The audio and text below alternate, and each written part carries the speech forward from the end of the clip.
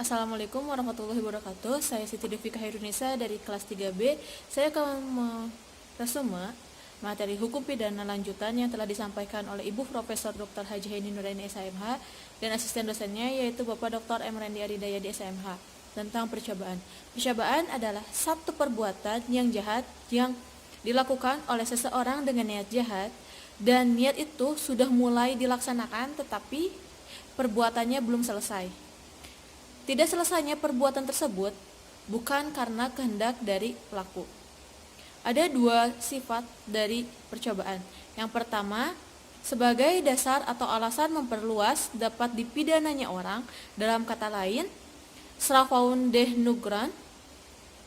Yang kedua, ada sebagai dasar atau alasan memperluas dapat dipidananya perbuatan, dalam kata lain, Tadaun des Nugran. Untuk sifat yang pertama adalah seseorang dapat dikenakan sanksi pidana apabila sudah memenuhi unsur dari pasal 53 walaupun tidak memenuhi unsur delik. Jadi, dalam kata lain, percobaan tidak dianggap sebagai delik yang berdiri sendiri atau sui generis, melainkan sebagai delik yang tidak sempurna atau unvolkomen delik form.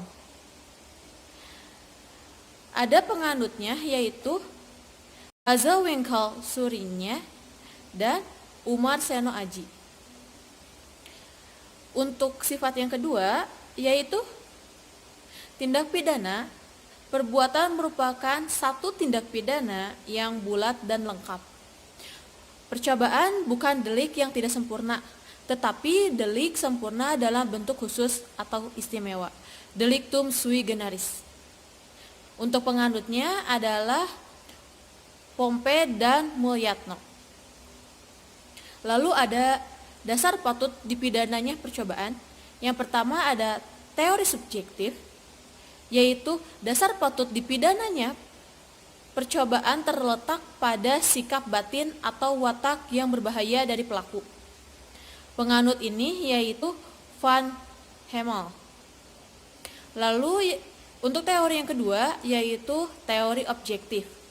Adalah dasar patut dipidananya percobaan terletak pada sifat berbahayanya perbuatan yang dilakukan oleh pelaku. Untuk teori ini ada dua jenis teori objektif. Yang pertama ada teori objektif formil, yaitu perbuatan itu dianggap berbahaya terhadap tata hukum. Untuk penganutnya yaitu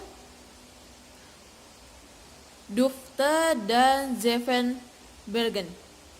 Dan yang kedua, teori objektif material adalah menganggap perbuatan itu dianggap berbahaya terhadap kepentingan atau benda hukum. Untuk penganutnya adalah Simons. Lalu ada unsur-unsur dalam percobaan. Yang pertama, adanya niat. Yang kedua, ada permulaan pelaksanaan. Yang ketiga, ada pelaksanaan tidak selesai bukan karena kehendak sendiri. Sekian yang dapat saya sampaikan. Assalamualaikum warahmatullahi wabarakatuh.